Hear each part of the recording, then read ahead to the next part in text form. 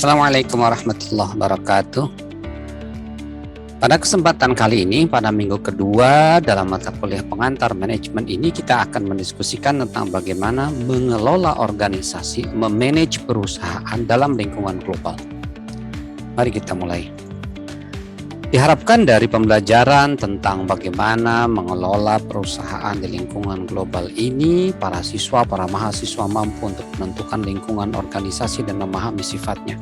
Apa saja surrounding atau lingkungan organisasi yang mempengaruhi sifat dan karakteristik dari organisasi tersebut. Kemudian yang kedua, mampu mengenali siapa pemangku kepentingan organisasi eksternal atau stakeholder eksternal. Yang ketiga, bisa mendiskusikan bagaimana manajer dan lingkungan saling mempengaruhi satu sama lain. Keduanya itu saling berinteraksi dan mempengaruhi satu sama lain. Dan berikutnya, bisa menjelaskan perkembangan globalisasi dan dampaknya yang luar biasa pada manajemen. Memahami pentingnya manajemen internasional dan menjelaskan mengapa dan bagaimana sebuah perusahaan bisa berkembang secara internasional. Pertanyaan untuk kita refleksikan bersama, bagaimana sebetulnya globalisasi mempengaruhi langkah-langkah atau kebijakan atau perilaku dari para manajer? Itu yang harus kita pikirkan. Bagaimana saat ini pemimpin perusahaan, para manajer di perusahaan, para supervisor, bagaimana mereka kemudian bertindak dengan kondisi di mana pengaruh-pengaruh globalisasi itu demikian sangat-sangat berpengaruh kepada langkah-langkah yang mereka lakukan.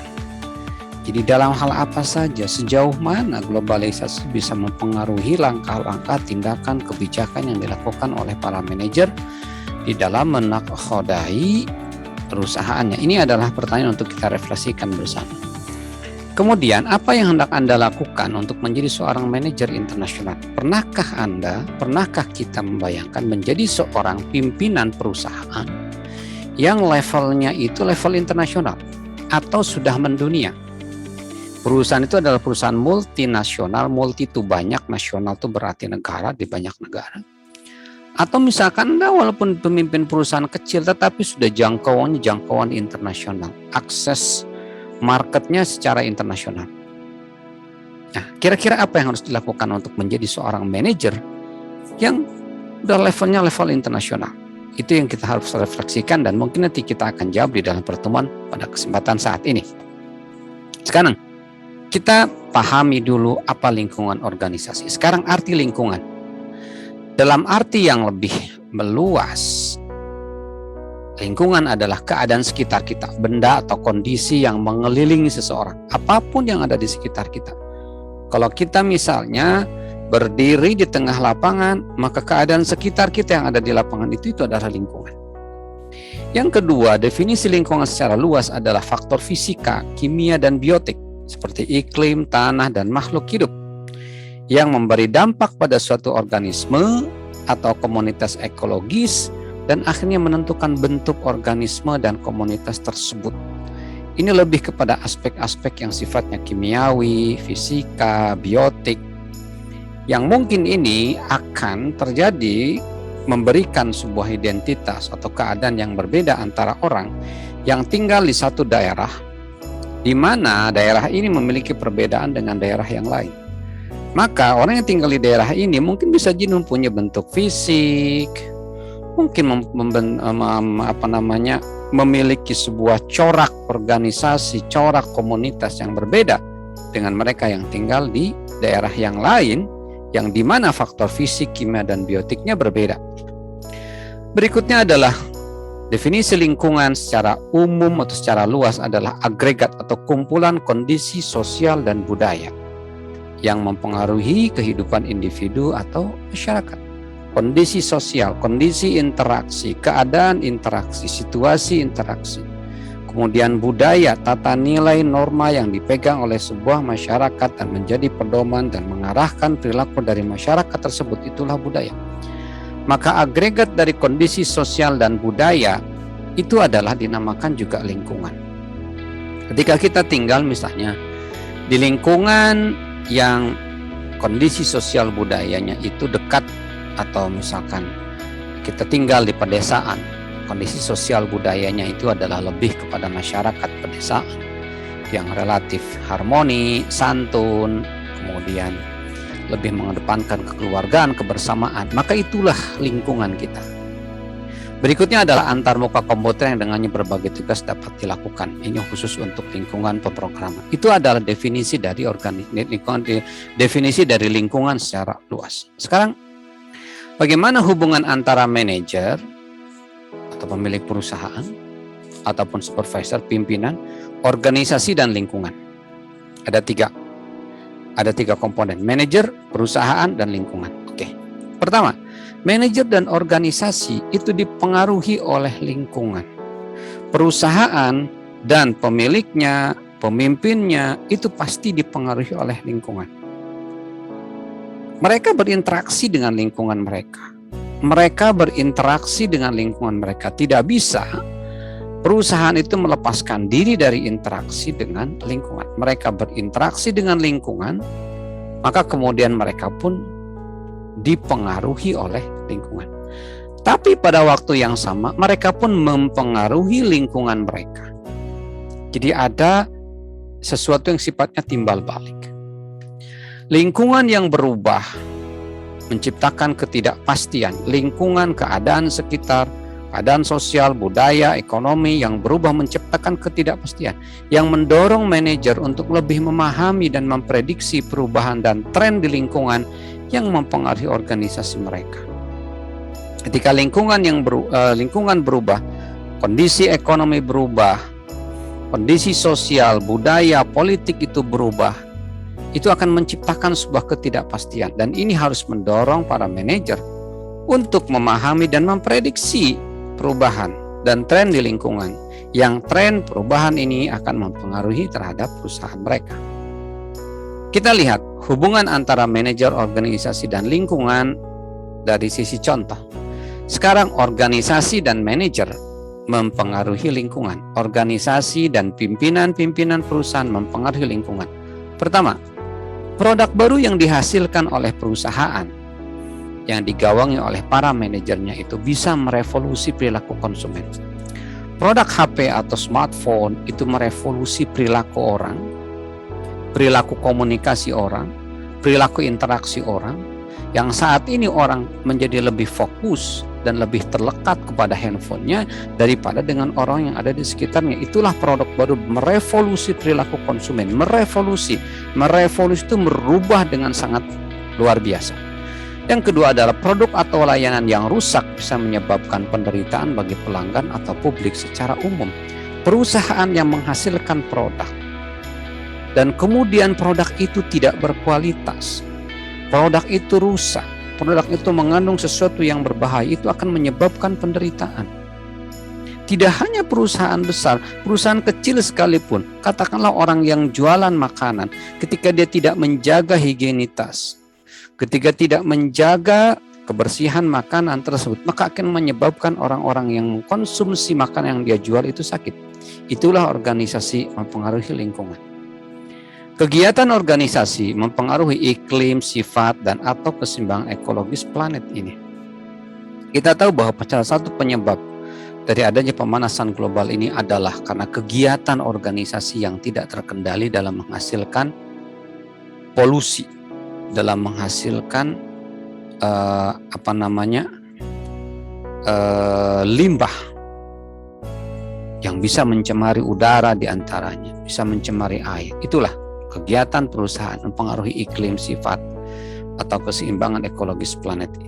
Berikutnya, keputusan manajerial itu bisa mempengaruhi pelanggan. Keputusan manajerial untuk misalkan menaikkan harga produk, apalagi ketika produk itu menyangkut hajat hidup orang banyak, seperti BBM, seperti listrik, seperti air, seperti sampah misalnya, itu akan mempengaruhi pelanggan.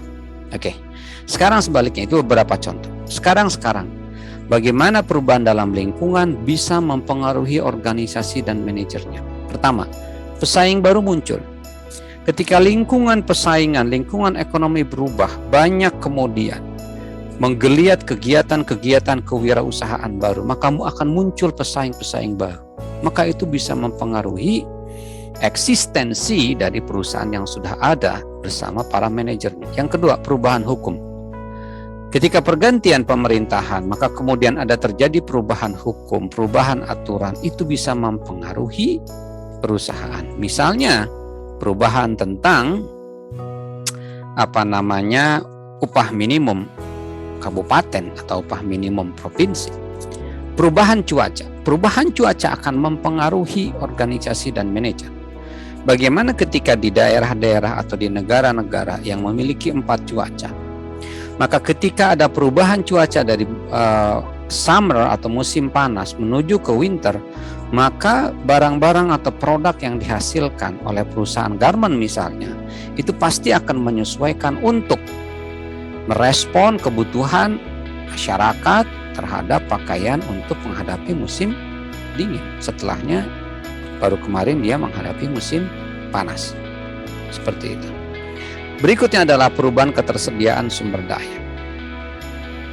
Ketika di luar perusahaan, sumber daya, baik sumber daya yang berbasiskan alam atau sumber daya manusia itu berubah ketersediaannya menjadi langka, maka itu bisa mempengaruhi perusahaan.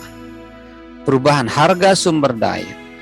Misalkan perubahan harga bahan baku menjadi mahal atau harga dari cost dari karyawan menjadi tinggi, maka itu bisa mempengaruhi perusahaan. Pemerintahan baru berkuasa dengan kebijakan-kebijakan barunya, itu bisa mempengaruhi perusahaan. Dan produk pemasok yang ditemukan rusak, artinya supplier yang mensuplai produk kepada perusahaan, maka itu bisa mempengaruhi kinerja dari perusahaan dan juga para manajernya. Sekarang kita akan berbicara tentang stakeholder dan lingkungan. Apa itu stakeholder? Stakeholder atau pemegang tiang pancang sebetulnya kalau misalkan secara bahasanya adalah orang, kelompok, organisasi atau pihak yang kepentingannya dipengaruhi oleh kegiatan organisasi. Jadi kelompok-kelompok ini kepentingan mereka itu dapat mendapatkan pengaruh dari aktivitas dari perusahaan. Contoh stakeholder internal adalah karyawan, pemilik, dewan direksi, itu adalah stakeholder internal. Oke, karyawan, pemilik, dewan direksi, pimpinan-pimpinan itu adalah stakeholder internal. Sekarang stakeholder eksternal adalah pelanggan, pesaing, pemasok, distributor, sekutu strategis, asosiasi karyawan, komunitas lokal, lembaga keuangan, regulator, atau pemerintah, kelompok kepentingan khusus, dan media massa. Ini adalah stakeholder eksternal. Dia ada di luar perusahaan. Tapi dia adalah kelompok yang kepentingannya dipengaruhi oleh kegiatan perusahaan, dipengaruhi oleh kebijakan dari perusahaan. Oke. Sekarang bagaimana kita menggambarkan pengaruh stakeholder eksternal terhadap stakeholder internal? Oke, kita lihat di sini.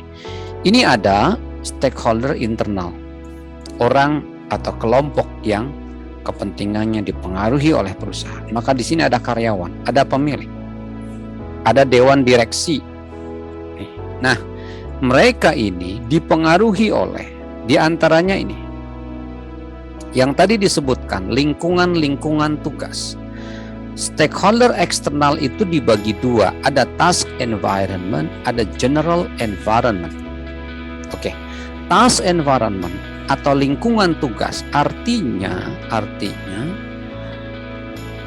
stakeholder ini memiliki pengaruh yang terkait langsung dengan peran yang dimainkan oleh stakeholder internal. Contoh customer memiliki pengaruh langsung kepada perusahaan. Karena kalau misalkan tidak ada customer, maka perusahaan akan bangkrut. Kompetitor, supplier, distributor, sekutu strategis, kemudian serikat pekerja terutama untuk perusahaan besar. Para peminjam ketika itu misalkan perusahaannya itu bank. Government atau pemerintah, kelompok-kelompok yang memiliki kepentingan, yang memiliki ketertarikan seperti LSM, NGO misalnya, dan kemudian media. Ini mereka sangat berpengaruh sekali terhadap stakeholder internal. Dan pengaruhnya itu terkait dengan lingkungan tugas, lingkungan atau wilayah atau domain utama yang sangat terkait dengan peran yang dimainkan oleh stakeholder internal. Berikutnya adalah lingkungan umum. Lingkungan umum ini lebih luas.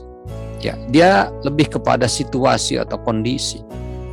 Contoh adalah aspek ekonomi, teknologi, budaya, sosial, demografi, hukum dan politik dan internasional. Mari kita lihat ke bawah. Inilah lingkungan tugas itu terdiri pelanggan, pesaing, pemasok, distributor, partner strategis, organisasi karyawan, serikat pekerja, organisasi profesional, masyarakat sekitar. Ini saya tambahkan beberapa dari yang ada di atas ini. Di sini ada 1, 2, 3, 4, 5, 6, 7, 8, 9, 10. Setelah di sini sampai ada 13. Oke. Ini adalah lingkungan tugas. Stakeholder eksternal yang memiliki pengaruh kepada organisasi. Berikutnya adalah lingkungan yang sifatnya umum. Yang ini, general environment. Bagaimana stakeholder eksternal dari kategori lingkungan umum mempengaruhi perusahaan? Yang pertama adalah kekuatan ekonomi atau economic, yakni kondisi dan tren ekonomi secara umum. Pengangguran, inflasi, suku bunga, pertumbuhan ekonomi, ini adalah tren ekonomi umum yang pasti akan mempengaruhi terhadap kinerja dari organisasi dan juga para manajernya.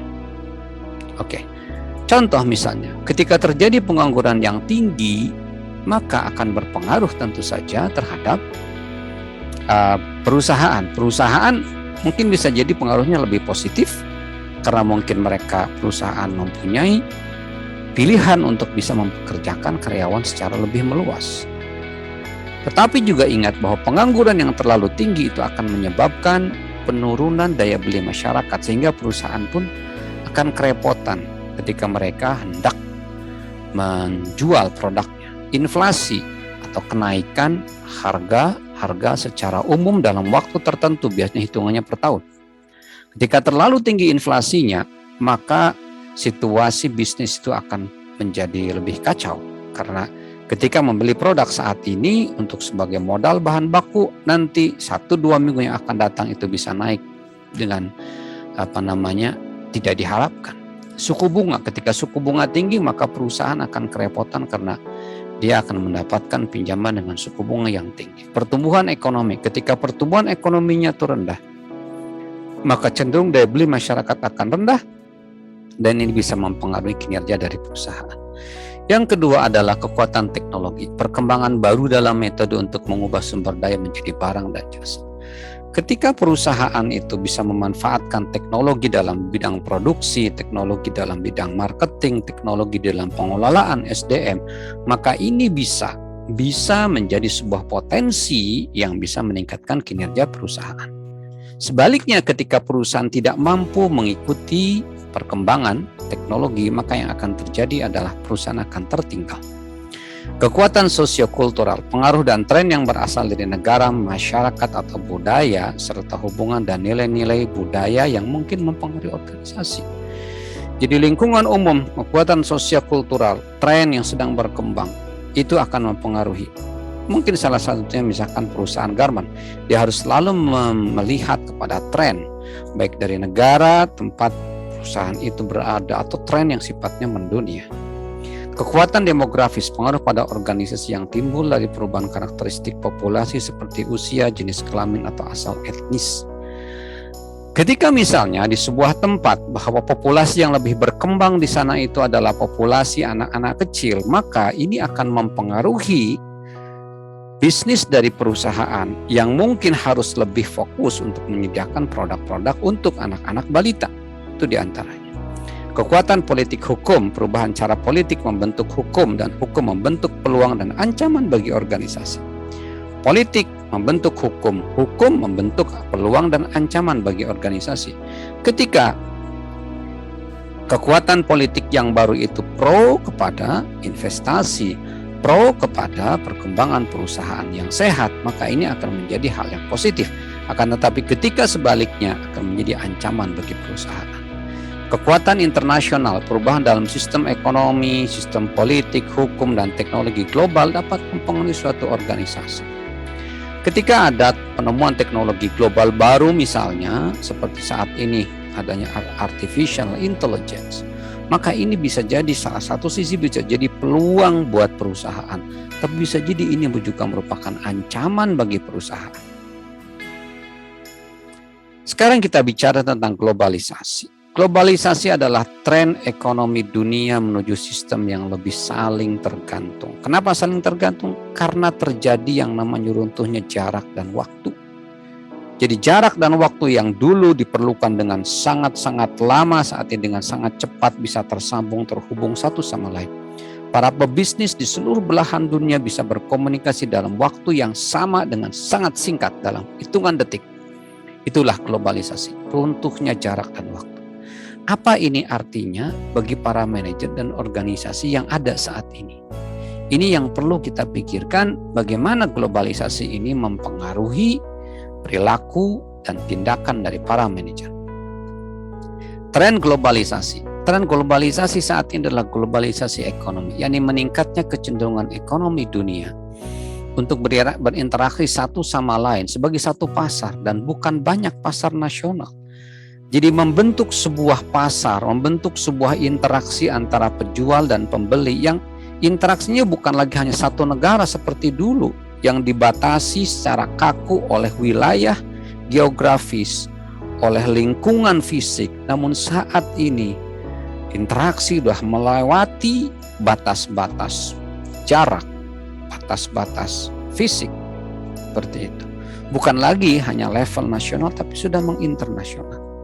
Mengacu pada pergerakan barang, pergerakan bebas barang, modal, layanan, teknologi, dan informasi. Bebas informasi bergerak, teknologi bebas bergerak. Sekarang teknologi yang diterapkan, contoh misalnya di perguruan tinggi di barat bisa juga diterapkan di kita asalkan kita mempunyai modal.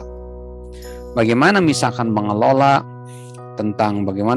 manajemen pembelajaran antara mahasiswa dan murid, itu bisa sama antara di Amerika dengan kita.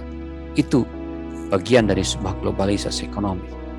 Efek positif dari globalisasi ekonomi, perusahaan asing membawa keahlian dan link ke pasar internasional ketika mereka berinvestasi di negara lain. Contoh misalnya ketika perusahaan Jepang, Korea datang ke Indonesia, mereka membawa uang, kemudian mendirikan pabrik di sini. Mereka juga membawa keahlian ke pasar kita dan mereka berinvestasi di kita. Akan tetapi efek negatifnya banyak, selain efek positifnya itu juga banyak.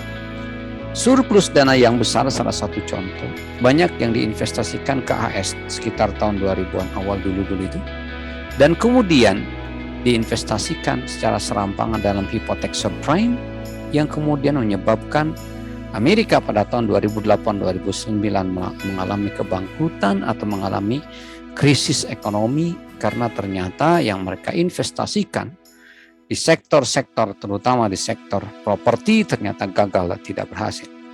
Dan kemudian berimbas kepada kinerja keuangan dari perusahaan keuangan yang menginvestasikan modalnya di sektor properti tersebut. Kemudian berikutnya ada perlombaan ke bawah, outsourcing pekerjaan yang sebelumnya bergaji baik dipindahkan ke luar negeri. Itu salah satu efek negatifnya. Terutama ini terjadi di perusahaan-perusahaan di barat atau di negara-negara maju yang di mana untuk menggaji karyawan di sana itu cukup mahal. Makanya kemudian dengan adanya globalisasi ekonomi yang diantaranya terjadi yang namanya globalisasi teknologi, maka kemudian pekerjaan kayak misalkan call center itu bisa diserahkan kepada orang-orang di luar dari negara tersebut dengan membayar lebih murah, bahkan sangat murah. Call center perusahaan-perusahaan provider telepon genggam misalnya dari Australia itu bisa dengan sangat mudahnya mempekerjakan orang-orang India yang bisa berbahasa Inggris dengan bagus untuk menjadi staf-staf dalam call center tanpa orang India itu keluar dan berpindah ke Australia. Mereka digaji dengan standar India Sementara perusahaan Australia mendapatkan value yang nilainya, keuntungan yang nilainya adalah nilai di Australia. Sekarang tanda-tanda globalisasi ekonomi. Tadi, globalisasi ekonomi merupakan tren ekonomi, tren globalisasi pada umumnya atau yang paling dominan adalah tren dalam ekonomi. Bagaimana sekarang tanda-tanda globalisasi ekonomi? Pertama, perusahaan menjadi sangat besar atau perusahaan itu malah justru menjadi kecil.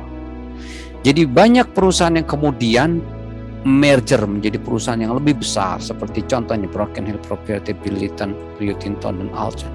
Ini perusahaan yang merger sebagai dampak dari globalisasi ekonomi menjadi perusahaan yang lebih besar lagi. Yang kedua, perusahaan kecil yang beroperasi di seluruh dunia. Perusahaan kecil dapat dimulai dengan lebih mudah dengan globalisasi teknologi. Contoh misalnya perusahaan-perusahaan IT, perusahaan-perusahaan membuat aplikasi, itu dia bisa memasarkan produknya ke seluruh dunia tanpa ada batas-batas, tanpa ada sekat-sekat yang mempersulit mereka untuk memasarkan produknya ke dunia. Perusahaannya kecil, tapi mereka bisa cepat bermanuver ketika bisa menyediakan layanan yang terbaik.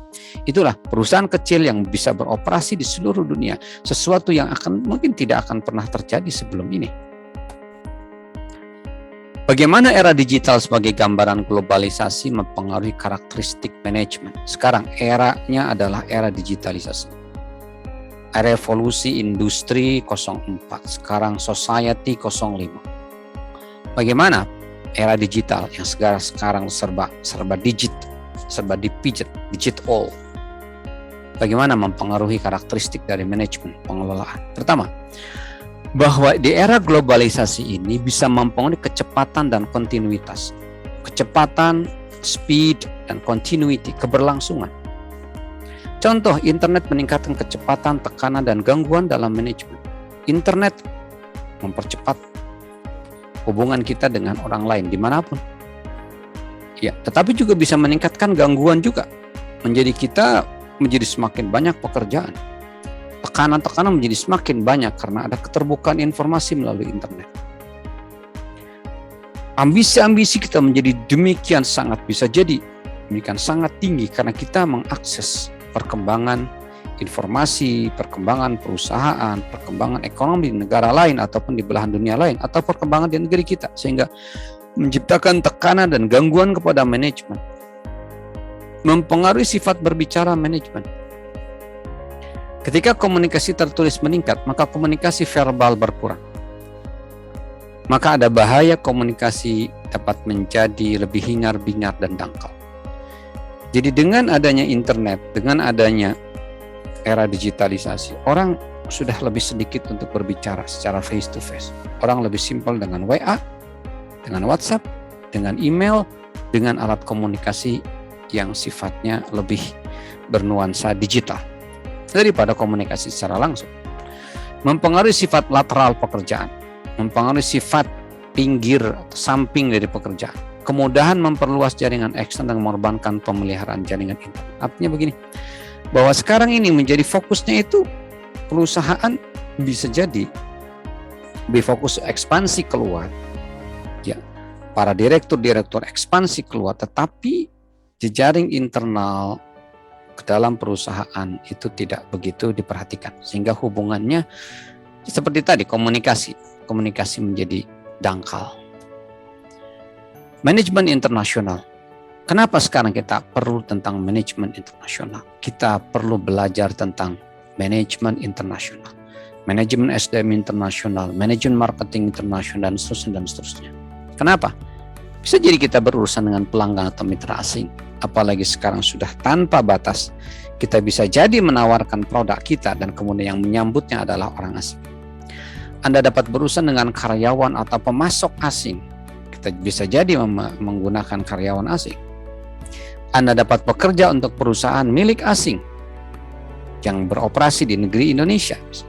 Atau kita bekerja di luar negara asal, di luar Indonesia, tapi untuk perusahaan Indonesia. Atau kita bekerja di luar negeri untuk perusahaan asing, bisa jadi itu terjadi. Maka kita perlu belajar tentang manajemen internasional. Salah satu yang kita pelajari tentang manajemen internasional, bagaimana manajer yang global dan manajer yang mendunia. Bagaimana ketika kita misalnya mendapatkan amanah untuk menjadi pimpinan di perusahaan, maka kemudian pilihan kita adalah kita harus mampu menjadi seorang manajer yang global atau worldly manager. Manajer yang mengglobal atau manajer yang mendunia. Manajer global menyiratkan keseragaman tertentu. Artinya lebih kepada satu hal yang sifatnya monoton. Manajer global. Sementara manajer mendunia berpengalaman dalam hidup canggih dan praktis. Ini perbedaannya. Jadi manajer yang mendunia lebih memiliki sifat diversifikasinya. Dia lebih memiliki keberagaman, pemahaman, berpengalaman dalam hidup canggih dan praktis. Inilah manajer yang mendunia. Karena mungkin pengalaman dia sudah sangat banyak. Semua manajer berfungsi pada serangkaian batas antara dunia mereka sendiri dan dunia orang lain. Ada boundary-nya, ada batasan antara dirinya, dunia mereka, dan dunia orang lain. Nah, manajer yang mendunia itu melampaui batas-batas waktu, batas-batas dunia. Batas dunia itu budaya, perusahaan, fungsi lain dalam mereka, dalam organisasi mereka sendiri, di atas semua pemikiran orang lain. Jadi manajer yang mendunia itu dia tuh bisa melampaui batas-batas waktu. Mungkin bisa jadi dia seorang yang sudah senior, tetapi dia bisa melampaui batas waktu, bisa menyesuaikan dengan bawahannya, dengan karyawannya yang relatif lebih muda dari mereka.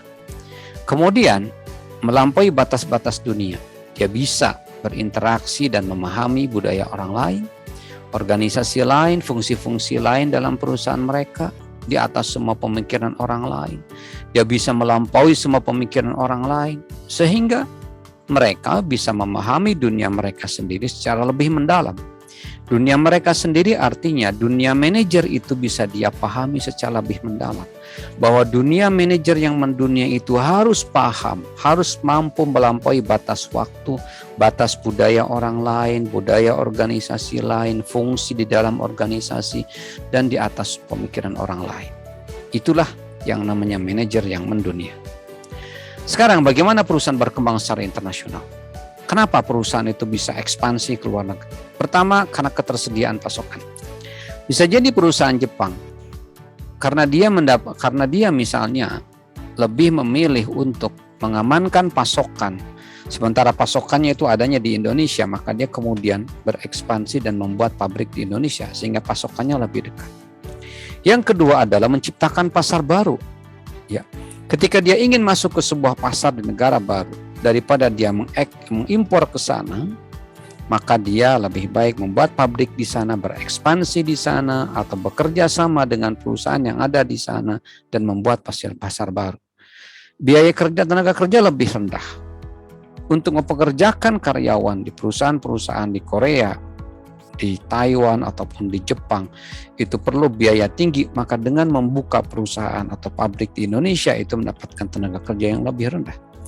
Keuntungan finansial, ya, dengan misalnya tenaga kerja lebih rendah, ketersediaan pasokan yang cukup di tempat negara di mana perusahaan itu berinvestasi, kemudian biaya tenaga kerja lebih rendah, pasokan mencukupi, maka bisa jadi keuntungan finansial lebih besar daripada ketika mereka membuat produk tersebut di negara asal mereka sendiri. Menghindari tarif dan kuota impor. Tarif itu pajak, kuota impor itu batasan impor. Ketika misalnya ada negara yang relatif masih konservatif, menetapkan tarif impor atau pajak impor yang tinggi, membatasi jumlah barang yang masuk dari luar, impor masuk ke negara itu dibatasi, maka membuka perusahaan di negara tersebut itu pilihan yang lebih baik. Karena kemudian bisa menghindari tarif atau pajak yang tinggi dan kuota impor. Berikutnya adalah meningkatkan skala. Tentu saja dengan tenaga kerja yang lebih rendah sehingga bisa merekrut tenaga kerja yang lebih banyak, itu bisa meningkatkan skala ekonomi. Dengan jumlah yang lebih banyak yang diproduksi, harga bisa lebih murah. Kemudian mengikuti pelanggan. Ketika pelanggan banyak ada, misalkan sebuah perusahaan melahirkan sebuah produk dan pelanggannya banyak di negara X, maka mungkin ekspansi ke negara X itu lebih baik dengan buka pabrik atau berkolaborasi atau apapun bentuknya untuk bisa merespon pelanggan dan bisa lebih mendekati pelanggan. Ini salah satu contoh, bagaimana cara perusahaan berekspansi secara internasional. Dari mulai yang paling kanan dengan tingkat resiko dan investasi yang paling tinggi, cabang yang sepenuhnya dimiliki, Perusahaan Jepang Toyota misalnya membuat pabrik di Indonesia, maka seutuhnya pabrik tersebut adalah dimiliki oleh perusahaan Toyota yang ada di Jepang. Maka ini adalah high risk and investment. Jadi investasi dengan resiko yang tinggi dan investasi yang high risk investment. Investasi dengan resiko yang tinggi. Yang kedua adalah joint ventures. Tanam modal bersama-sama dengan orang yang ada di negara tujuan. Itu relatif lebih aman daripada ini. Itu cara berekspansi. Berikutnya adalah licensing and franchising. Licensing and franchising itu artinya si perusahaan tersebut ketika membuka perusahaan di negara tertentu, dia sudah aman dari sisi bahwa produk yang mereka buat itu adalah produk yang bisa jadi karena dia mendapatkan lisensi untuk menghasilkan produk itu, dia lebih aman. Kenapa? Karena produk itu sudah ada, bisa jadi pertama, bisa jadi produk itu sudah merupakan produk yang diminati oleh masyarakat banyak sehingga menjualnya lebih mudah.